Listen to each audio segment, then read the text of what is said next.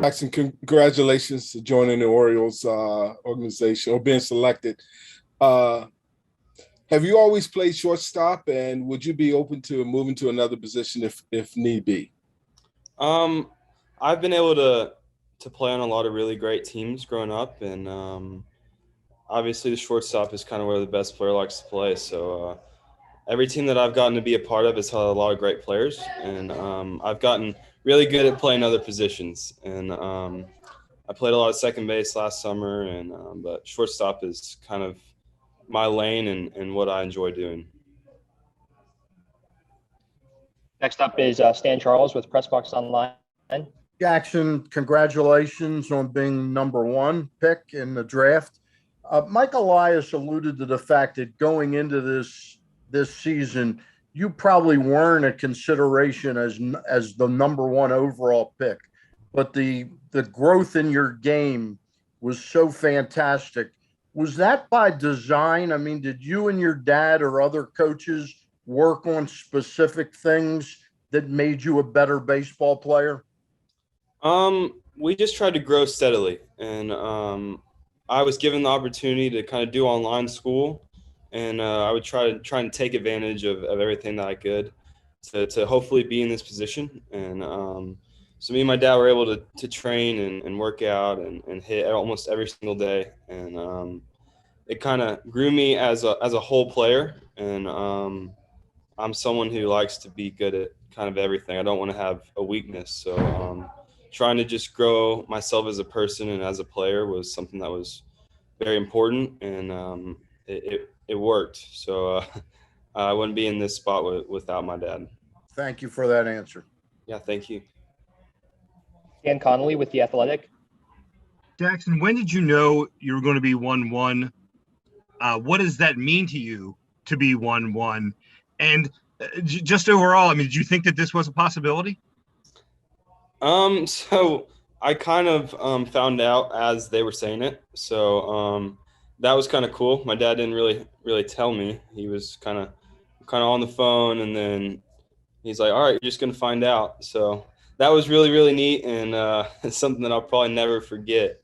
And I didn't know it was a possibility, to be honest, going into the high school season. I just wanted to help my team win and hopefully put myself in a good position heading into today. So I'm sorry, what was the other question? What does it mean to be? Was it important to you to be 1-1? It was. I mean, it's hard to explain what it means. It's it's like a video game, honestly. Like every video game you play, you're the first pick. So that's kind of what it felt like, and it's something that I'll never forget, and it's a true honor. Steve Molesky with Masson. Jackson, let us know what the last few weeks are like for a kid in your position who's going to hear his name called early. Pressure, fun. How do you try to balance it all? What was it like for you? It was actually really easy. Me and my family, we like to stick together. So we've been just following around my little brother while he does his thing. We've been in Jupiter and Atlanta and Sanford and Cary. So we kept busy, and it took kind of the pressure and the thought off of today. And we were in St. Louis last night, so it wasn't too bad. But today it's been a dream. Andy Koska with the Baltimore Sun. Hey, Jackson, congrats again. How much do you remember, if anything, of being in MLB clubhouses with your dad, and kind of how does that, I don't know, help you at all get into this point? I was lucky enough to kind of be born once his career started. So the last year that he played, I was 14 years old. So I remember being in the clubhouse ever since he got to St. Louis. So I feel like it's definitely an advantage, and I've gotten to see what it takes to get to the major leagues, and how players, even when they're at the top of their game, how hard they still work to maintain it. So I'd say it's definitely an advantage that I've been able to use for the good. Just a quick reminder to everyone to please enter your full name and affiliation in the chat if you have a question. Next up is Rich Dubroff with BaltimoreBaseball.com. Hey, Jackson, speaking of that, your father moved around a lot. not a lot, but a couple of times, and you know, you saw some of the ups and downs. Did he talk to you about a lot of the difficulties and a lot of the pressures of what major league players go through, and what's the most important thing he told you about those?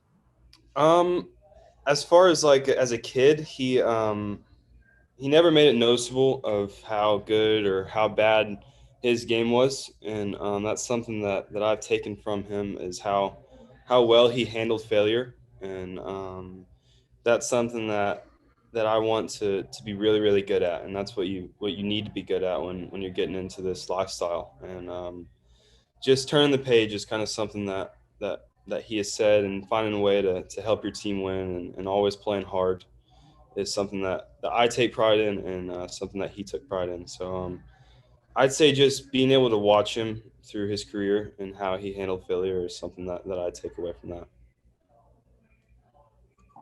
Next up is Zach Silver with MLB.com. Hey, Jackson, congratulations. Just where do you sort of get your competitive spirit from? I guess what kind of drives you? And now, I mean, obviously being tapped as a first overall pick, I guess where does your kind of passion going to come from? I feel like when you get into the life of baseball, you just have to have it internally. And I feel like it's something that I was born with, is I really enjoy competing. No matter what we're doing, we've been playing a lot of putt-putt to kind of ease it. But my dad is very, very competitive, and anything that we kind of do, we're always competing. So obviously, I want to be the best player, and I want to honor the Orioles for selecting me, and I'm going to work as hard as I can to make it to the major leagues and have a great career for them and for their fans. So I'm very, very excited, and I'll always compete. Nathan Ruiz, Baltimore Sun. Hey, Jackson, you mentioned, your family sticks together, and I know all of you are kind of hubbed there in Stillwater. What's that going to be like, either, making a decision to leave family behind and figuring that out? Just what's that aspect of it going to be like for you and trying to sort through that? I feel like I also have a kind of an advantage for that too, kind of with my dad being gone a lot and being away from him. It'll be hard. I'm not going to say it's going to be easy, but I'm prepared, and I feel like that I'm about as prepared as you can be to take on this lifestyle. And my parents are great, and fortunately they'll be able to visit, and I can just call them. So I'll be great. Ronald Bloom with the Associated Press. Hi, Jackson. Thanks. Who was your dad on the phone with from the Orioles? And can you describe the scene? So he was on the phone while you were watching on TV. And how far in advance did he know before it was announced? I believe he was on with Scott during the draft, but he knew about 30 seconds before the pick was made. So he was kind of freaking out. It was really funny. But he said, what do we want to do? And I'm like, I don't know. I don't know how to handle this. So he was excited, but it was kind of funny to watch. But yeah, so that's who he was on the phone with. And you were at home? We were at home, yes, sir. And when you say Scott Boras? Mm-hmm. Okay, just wanted to understand. Congratulations. Thank you. We have time for a couple more questions. Next up is Rocco DeSangro with Fox 45. Hey, Jackson, what's going on? Congratulations. Being around the game, around your dad, and just growing up and loving this sport, what have you picked up about the Orioles franchise? What have you seen from them, and how excited are you to get to work with this team?